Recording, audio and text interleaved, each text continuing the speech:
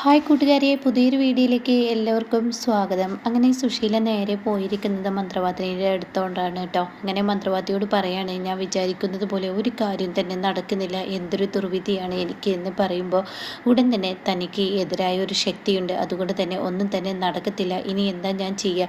എന്നെ അവൾ കേസിൽ കൊടുക്കും, പോലീസിൽ കയറ്റി എന്നൊക്കെയാണ് പറയുന്നത്. അതൊന്നും ഉണ്ടാവില്ല, കാരണം അതിനുള്ള തെളിവുകളൊന്നും അവളുടെ കയ്യിലില്ല. കാരണം അങ്ങനെ ആ മരുന്ന് കഴിച്ചിട്ട് ആരും തന്നെ മരിച്ചിട്ടില്ലല്ലോ. അതുകൊണ്ട് തന്നെ നീ കുടുങ്ങില്ല സുശീല, നീ പേടിക്കാനില്ല. പക്ഷേ ഞാൻ പ്രശ്നം വെച്ച് നോക്കുമ്പോൾ അതിലൊരു സത്യം വെളിപ്പെടുത്തുന്നുണ്ട്. നീ ആരെ മനഃപൂർവ്വം വേദനിപ്പിച്ചിട്ടുണ്ട്. ആ ഒപ്പം നിന്നിരുന്ന ശക്തിയെ നീ അകത്തി കളഞ്ഞപ്പോൾ അവരുടെ ശാപമാണ് നിൻ്റെ തലയിൽ വീണിരിക്കുന്നത് എന്ന് പറയുമ്പോൾ ഉടൻ തന്നെ തനിക്ക് ഹർഷയാണ് കേട്ടോ ഓർമ്മ വരുന്നത്. ഹർഷയുടെ കാര്യമാണോ? ആയിരിക്കാം, അതുകൊണ്ടായിരിക്കാം എതിരെ നിങ്ങൾ ഒപ്പം നിന്നിരുന്നവരെ ഇപ്പോൾ നിങ്ങൾ അകറ്റിയത് കൊണ്ടാണ് എന്ന് പറയുമ്പോൾ സുശീലയുടെ മനസ്സിൽ വിങ്ങലായിരിക്കുന്നു കേട്ടോ. അതുകൊണ്ട് നീ പെട്ടെന്ന് ഈ പറയുന്ന ഹർഷയുമായി മിണ്ടിയതിന് ശേഷം ഇവിടെ ദൈവത്തിന് മുന്നിൽ ഒരു പൂജ നടത്തിക്കഴിഞ്ഞാൽ തീർച്ചയായും തനിക്ക് പ്രതിവിധിയുണ്ടാവും. താൻ വിചാരിച്ചതുപോലെ ഒപ്പം അവർ നിൽക്കുകയാണെങ്കിൽ എല്ലാം നടക്കുമെന്ന് സുശീലയോട് ആ മന്ത്രവാദിനി വെളിപ്പെടുത്തുമോ. പിന്നീടൊന്നും നോക്കില്ല, നേരെ ഹർഷയുടെ വീട്ടിലോട്ട് പോകുന്നു കേട്ടോ. അങ്ങനെ ഓട്ടോയിൽ നിന്ന് ഇറങ്ങിയതിന് ശേഷം കുഞ്ഞമ്മ ഡോറ് തുറക്കുകയാണ്. അപ്പോൾ കുഞ്ഞമ്മ, എന്താ സുശീല, ഹർഷയില്ല ഇവിടെ ഉണ്ട്? രവിയില്ല. ഈ രവിക്ക് എന്തിൻ്റെ ഭ്രാന്താണ്? ഈ ഹർഷയെ ഒറ്റയ്ക്കിട്ട് പോകണോ? കുഞ്ഞമ്മയെ പോരെ സാധനങ്ങൾ മേടിക്കാൻ പറഞ്ഞയക്കൽ. ഈ രവി എന്തോന്ന് പണിയാണ് ഈ ചെയ്യുന്നത് എന്നൊക്കെ പറയുമ്പോൾ ഉടൻ തന്നെ എന്നൊക്കെ ഇങ്ങനെ മൂളിക്കേൾക്കണം കേട്ടോ. കാരണം കുഞ്ഞമ്മക്ക് ഇഷ്ടപ്പെട്ടില്ല. എന്നിട്ട് ഹർഷയുടെ അവൾ റൂമിലുണ്ട്. അങ്ങനെ ഹർഷയുടെ അരികിലോട്ട് ചെല്ലാണ്. ഹർഷയാണെങ്കിൽ വീൽ ചെയറിൽ ഇരുന്ന് ഉറങ്ങുന്നൊരു സമയമായിരിക്കും. സുശീലയാണെങ്കിലോ ഓടിങ്ങോണ്ട് ചെന്ന് ഹർഷയുടെ കാൽക്കൽ ചെന്നിട്ടാണ് പൊട്ടി കരിയാണ് കേട്ടോ. ഹർഷേ, നീ എന്നോട് ക്ഷമിക്കണം ഹർഷേ, ഞാൻ തെറ്റ് ചെയ്തു ഹർഷേ, നിന്നെ ഞാൻ അകത്തിക്കളഞ്ഞു. എൻ്റെ മനസ്സിൽ നീ വിചാരിക്കുന്നത് പോലെയൊന്നുമല്ല, എനിക്കൊരുപാട് പ്രശ്നങ്ങളുണ്ട്. ആ പ്രശ്നത്തിനൊടുവിൽ നിൻ്റെ അരികിലോട്ട് വരാൻ എനിക്ക് കഴിഞ്ഞില്ല. ഇപ്പം എനിക്ക് മനസ്സിലായി ഹർഷേ, എനിക്ക് നിൻ്റെ അരികിലോട്ട് വരണം. നീ ഇല്ലെങ്കിൽ എനിക്കൊന്നിലും വിജയമുണ്ടാവില്ലെന്ന്, ഞാൻ തോൽക്കുമെന്ന് എനിക്ക് മനസ്സിലായി ഹർഷേ. അതുകൊണ്ട് നീ വേണം എനിക്കൊപ്പം. ഇപ്പോൾ ഞാൻ ആ അനുപമക്ക് മുന്നിൽ എല്ലാം കൊണ്ട് തോറ്റിരിക്കുകയാണ് ഹർഷേ, നീ എനിക്കൊപ്പം വേണം എന്നൊക്കെ പറഞ്ഞിട്ട് അങ്ങ് കരയുമ്പോൾ ഉടൻ തന്നെ കുഞ്ഞമ്മ വന്നിട്ട് പറയാണ്, അതെ, രവി സാർ പ്രത്യേകം പറഞ്ഞിട്ടുണ്ട് ഹർഷയുടെ മനസ്സ് വേദനിപ്പിക്കുന്ന ഒരു കാര്യം ചെയ്യരുതെന്ന്. അത് കേട്ടോടത്തിന്, അതിന് കുഞ്ഞമ്മ, ഞാൻ ഹർഷയുടെ മനസ്സ് എന്ത് പറഞ്ഞിട്ടാണ് വേദനിപ്പിച്ചത്? ഒന്നും പറഞ്ഞ് വേദനിപ്പിച്ചിട്ടില്ല.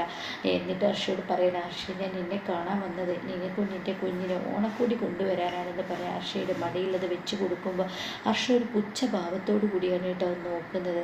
പിന്നീടാണെങ്കിലോ സുശീല, എന്നാൽ ശരി ഞാൻ പോട്ടെ എന്നും പറഞ്ഞ് അവിടെ നിന്ന് ഇറങ്ങുമ്പോൾ രവി കയറി വരുന്നു കേട്ടോ. രവിയെ കാണുന്ന സുശീലക്ക് അത്ര ദഹിക്കില്ല, എങ്കിലും കൂടി നേരിട്ടല്ലേ പറ്റുള്ളൂ. അങ്ങനെ രവിയാണെങ്കിൽ, ആൻറ്റി എന്തിനാ ഇപ്പോൾ ഇങ്ങോട്ടേക്ക് വന്നത്? അതെന്താ, എനിക്ക് ഇങ്ങോട്ടേക്ക് വരാൻ പാടില്ലേ?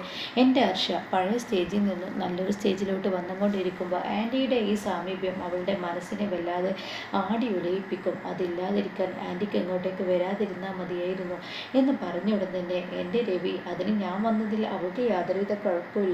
എന്നാൽ ഹർഷയുടെ അസുഖം മാറ്റാനുള്ള ഒരു പ്രതിവിധിയായാണ് ഞാൻ ഇങ്ങോട്ടേക്ക് വന്നത്. അതിനുള്ള ഒരാളെ ഞാൻ ഇങ്ങോട്ടേക്ക് കൊണ്ടുവരണ്ടേ എന്നും പറഞ്ഞ് സുശീല അവിടെ നിന്ന് ഇറങ്ങി പോകുമ്പോൾ അവിടെ രവിക്ക് ദേഷ്യം പിടിക്കണം കേട്ടോ. പിന്നീട് രവിയാണെങ്കിൽ നേരെ ഹർഷയ്ക്ക് മുന്നിൽ പോവാണ്. അപ്പോൾ കുഞ്ഞമ്മയെ കാണാണ്. കുഞ്ഞമ്മയെ, ഹർഷയെ എന്തെങ്കിലും പറഞ്ഞ് അവർ വേദനിപ്പിച്ചോ? ഒന്നും പറഞ്ഞില്ല സുശീല, ഹർഷയുടെ 2 വാക്ക് പറഞ്ഞു, അങ്ങ് പോയി, അത്രയേ ഉള്ളൂ എന്ന് പറയട്ടോ. പിന്നീട് ഹർഷയുടെ അരികിൽ ചെല്ലുമ്പോൾ ഹർഷ ഉറങ്ങുകയായിരുന്നു. അങ്ങനെ ഹർഷയെ എന്ന് പറഞ്ഞ് ഇങ്ങനെ രവി വിളിക്കുകയാണ്. അപ്പോൾ തന്നെ ഹർഷ കണ്ണ് തീർക്കുകയാണ്. ഹർഷയെ, നിന്നെ അവർ വേദനിപ്പിച്ചോ? ഇല്ല എന്ന് കണ്ണുകൊണ്ട് ഹർഷ കാണിക്കുന്നു. പിന്നെ എന്തിനാണ് അവർ വന്നത്? അവർ ചുമ്മാ വന്നതാ എന്നും പറഞ്ഞിട്ട് തൻ്റെ മടിയിലിരിക്കുന്ന ഈ ഓണക്കൊടി കാണിച്ചു കൊടുക്കുകയാണ് കേട്ടോ. അത് കാണുന്നതിനോടുകൂടി രവി, ഇതൊന്നും ഇവിടെ വേണ്ട, ആ സുശീല ആൻറ്റിയുടെ ഒരു സാധനവും ഇവിടെ വേണ്ട. അവരെ പോലെയുള്ള സ്ത്രീയുടെ കൈകളിൽ നിന്ന് എന്ത് വാങ്ങിയാലും അത് പിന്നീട് തിരിച്ചടിക്കത്തേ ഉള്ളൂ എന്ന സത്യങ്ങൾ വെളിപ്പെടുത്തുമ്പോൾ ഉടൻ തന്നെ ഹർഷ രവിയോട് തൻ്റെ വീൽചെയറിലേക്ക് കൈകൊണ്ട് കൊട്ടിയതിന് ശേഷം അതിങ്ങ് കൊണ്ടുപോവാ, അത് ഇവിടെ വെക്കുക എന്ന് പറയുന്നത് കേട്ടോ. രവിയാണെങ്കിൽ ഒന്ന് പകച്ചു പോവാണ്. ഹർഷയുടെ ഈ മാറ്റം, ഹർഷ വലിച്ചെറിയാൻ പറയേണ്ട സ്ഥാനത്ത് ഇന്ന് അത് നല്ല ഭദ്രതയോട് കൂടി സൂക്ഷിക്കാൻ പറയുമ്പോൾ എന്തൊക്കെയോ പന്തികേട് തൻ്റെ ഉള്ളിൽ വന്നു കേട്ടോ. അങ്ങനെ രവി വേഗം അനുപമ കിളിക്കാണ്. അനുപമ ഫോൺ എടുക്കാണ്.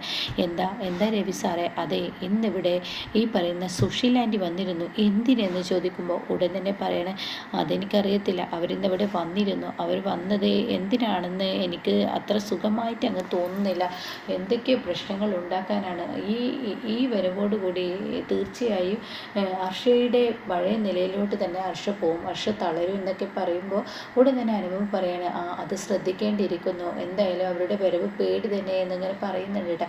അപ്പോൾ അവിടെ കാണാം ഒരു ഓട്ടോയുടെ സൗണ്ട് കേൾക്കുന്നുണ്ട് അനുഭവം. അപ്പോൾ ഉടൻ തന്നെ അനുഭവം പറയുന്നുണ്ട്, രവി നീ ഒന്ന് ഫോണ് വെക്ക്, ആരോ ഓട്ടോയിൽ വന്നിട്ടുണ്ട്, ആരാണെന്ന് നോക്കട്ടെ എന്നും പറഞ്ഞിട്ട് ഫോൺ വെക്കാൻ കേട്ടോ. പിന്നീടാണെങ്കിലോ ഇങ്ങനെ മാഷ് രഘുവിനെയാണ് കാണിക്കുന്നത്. രഘു നീ ഇന്ന് ദാസിൻ്റെ അടുത്തോട്ട് പോകുന്നില്ലേ? ഞാൻ പോവാൻ നിൽക്കുകയാണ്. അപ്പോൾ ഉടൻ തന്നെ എന്തായാലും കാര്യങ്ങൾ നിൻ്റേതാണ്, നീ പെട്ടെന്ന് പോ, അവന് കൃത്യനിഷ്ഠ എന്തായാലും നല്ല കറക്റ്റാണ്. ഇന്നെന്തായാലും ഞാനിപ്പോൾ പോകുന്നു. അപ്പോൾ എന്തായാലും നിന്നോട് ഒരു കാര്യം പറയാം, കാര്യങ്ങളൊക്കെ നോക്കി കണ്ടും ചെയ്യണം. പണമുണ്ടെന്ന് കരുതി ഇപ്പോൾ ഓണ ആഘോഷത്തിൻ്റെ സമയത്ത് നീ ഇങ്ങനെ ദൂർത്തടിച്ചതുപോലെ ഇനി ദൂർത്തടിക്കരുതെന്ന് പറയുമ്പോൾ, ഇല്ല മാവ ഞാൻ അങ്ങനെയൊന്നും ചെയ്യില്ല. എന്നിട്ട് പറയാണ് നിൻ്റെ കമ്പനിയാണ്, നീ സ്വന്തമായിട്ട് തുടങ്ങുന്ന കമ്പനിയാണ്, അപ്പോൾ അതിലൊരു ശ്രദ്ധ വേണം. അപ്പോൾ രഘു പറയണേ, എൻ്റെ ആഗ്രഹങ്ങളെല്ലാം സഫലമാവുകയാണ്, ഞാൻ ഈ കമ്പനി സ്റ്റാർട്ട് ചെയ്യും. അപ്പോൾ ഈ സമയം അമ്മാവൻ വന്ന് ഉദ്ഘാടനം ചെയ്യണം, സ്റ്റാഫുകളെ ഒന്നും നോക്കേണ്ട, ആ കമ്പനിയിലുള്ളതാണല്ലോ എന്നൊക്കെ പറയുമ്പോൾ അതൊക്കെ ഞാൻ ചെയ്തു തരാം. എന്തായാലും നീ ആ കമ്പനി സ്റ്റാർട്ടാക്കിക്കോ, കമ്പനി തുടങ്ങിയെന്ന് കരുതിയിട്ട് നീ പെട്ടെന്നൊരു വീടൊക്കെ എടുത്ത് അമ്പിളിയെ അങ്ങോട്ടേക്ക് കൊണ്ടുപോകണ്ട. അപ്പോൾ അമ്പിളി പറയണേ, അതെന്താ വെച്ചാൽ ഞാൻ പോയാൽ. അപ്പോൾ ഉടൻ തന്നെ മാഷ് പറയണേ, ഇപ്പോഴത്തെ സാഹചര്യത്തിൽ അതെന്തായാലും വേണ്ട, ഞാനൊരു വാടക വീട് എടുക്കണ്ട എന്നുള്ള അർത്ഥത്തിൽ പറഞ്ഞതാണ്. ഇപ്പോൾ അനുപമക്ക് ഒരു വീടുണ്ടല്ലോ, ആ വീട് മതി. അതുപോലെ തന്നെ പോരാത്തതിന് ദാസിൻ്റെയും വീടുണ്ടല്ലോ, മാറി മാറി അവിടെ ഇവിടെയൊക്കെ ആയിട്ട് അങ്ങ് നിന്നാൽ മതി, ഇപ്പോൾ വീടെടുക്കണ്ട, പിന്നീട് ഒരു നിലയിലെത്തിയതിന് ശേഷം നമുക്ക് പിന്നീട് ആലോചിക്കാം. അതുമാത്രമല്ല ഇവിടെ ചീരുവിൻ്റെ കാര്യമുണ്ട്. അപ്പോൾ ഉടനെ ചീരു പറയണേ, അച്ഛ അമ്പിളിച്ചേച്ചിക്ക് രഘുവേട്ടൻ്റെ കമ്പനിയിൽ പണിയണം നല്ല ആഗ്രഹമുണ്ട്. അത് കേട്ട ഉടനെ അവൾ വർക്ക് ചെയ്തോട്ടെ, കുഴപ്പമൊന്നുമില്ല, പക്ഷെ അവളുടെ മകളൊന്നും ആ ബാലവാടിയിലെങ്കിലും പോയി തുടങ്ങട്ടെ. കുഞ്ഞിനെ ആരെടുത്തിട്ട് പോകാനാണ്, അതൊന്നും നടക്കത്തില്ല. അതുകൊണ്ട് അവളുടെ ബാലവാടി പോയി കഴിഞ്ഞാൽ അവൾക്ക് പോവാം. അപ്പോൾ ഉടനെ അമ്പിളി പറയുന്നുണ്ട്, രഘുവേട്ട അങ്ങോട്ട് പോയാൽ ഞാനും മോള് തനിച്ചാവില്ലേ എന്ന് പറഞ്ഞ ഉടനെ മാഷ് പറയണേ, എങ്ങനെ തനിച്ചാവും, നിനക്ക് എപ്പോൾ രഘുവിൻ്റെ അടുത്ത് പോകാൻ തോന്നിയാലും നിനക്ക് അങ്ങോട്ടേക്ക് പോകാമല്ലോ, പിന്നെ എങ്ങനെ നീ തനിച്ചാവുന്നത്?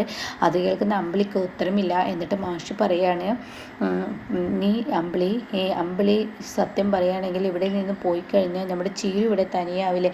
സരോജിനിക്കാണെങ്കിൽ ഒരുപാട് മക്കളെ നോക്കാനും കഴിയില്ല. ചീരു തനിയായി കഴിഞ്ഞാൽ അവളുടെ പ്രസവമൊക്കെ ഏറ്റെടുക്കുന്ന അമ്മയുടെ സ്ഥാനത്ത് നീയല്ലേ അത് ചെയ്യേണ്ടത്, അതെന്താ നീ മറന്നോ? അത് കേട്ടോടെ തന്നെ അമ്പിളി, ഇല്ല അച്ഛാ ഞാൻ മറന്നിട്ടില്ല, എൻ്റെ ചീരുവിൻ്റെ കാര്യങ്ങളെല്ലാം ഞാൻ പ്രസവം എടുക്കാൻ എനിക്ക് അറിയില്ലെങ്കിലും പ്രസവം എടുക്കുന്ന അതേ രീതിയിൽ ഞാൻ അവളെ നോക്കിയിരിക്കും, അത് ഉറപ്പ് തരുന്നു ഞാൻ അച്ഛന്.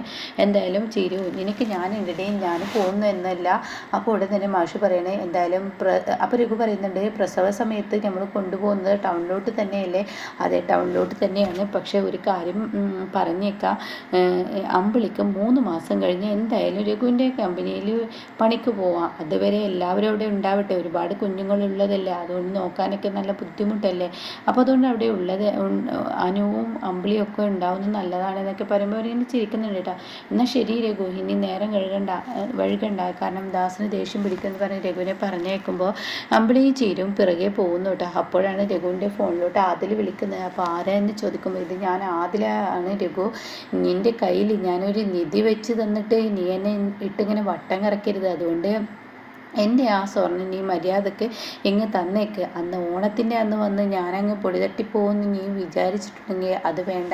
ഞാൻ എന്തായാലും എനിക്ക് കിട്ടാനുള്ള ആ മാണിക്യം നിൻ്റെ കയ്യിൽ നിന്ന് വാങ്ങിയതിന് ശേഷമാണ് ഞാൻ പോകത്തുള്ളൂ എന്ന് പറയുമ്പോഴേക്ക് പറയണേ, എടാ ഭ്രാന്ത, എടാ മണ്ട, എൻ്റെ കയ്യിൽ അങ്ങനെ ഒരു സാധനവും ഇല്ല എന്ന് പറഞ്ഞ് വഴക്ക് പറയുമ്പോൾ മാഷ് അത് ആരാ എന്ന് ചോദിക്കുന്നുണ്ട് കേട്ടോ. അപ്പോൾ ഉടൻ തന്നെ ഫോൺ കട്ട് ചെയ്യാണ്. അപ്പോൾ ഉടൻ തന്നെ മാഷിനോട് രഘു പറയാണ്, അമ്മാവൻ പറഞ്ഞത് ശരിയാണ്, ഓണത്തിന് ഇത്രയും വലിയ ആഘോഷത്തിൽ ഒരു പരിപാടി നടത്തിയതിൽ പലവരുടെ അടുത്തുനിന്ന് ചോദ്യം തുടങ്ങി, അതിൻ്റെ ദേഷ്യത്തിൽ പറഞ്ഞതാണ്. എന്തായാലും നീ ഇങ്ങനെ നിൽക്കണ്ട, നീ പെട്ടെന്ന് പോകാൻ നോക്കിയെന്ന് പറയുന്നു കേട്ടോ. അപ്പം ഇങ്ങനെയൊക്കെയുള്ള ഒരു എപ്പിസോഡാണ് ഇന്ന് വന്നിരിക്കുന്നത്.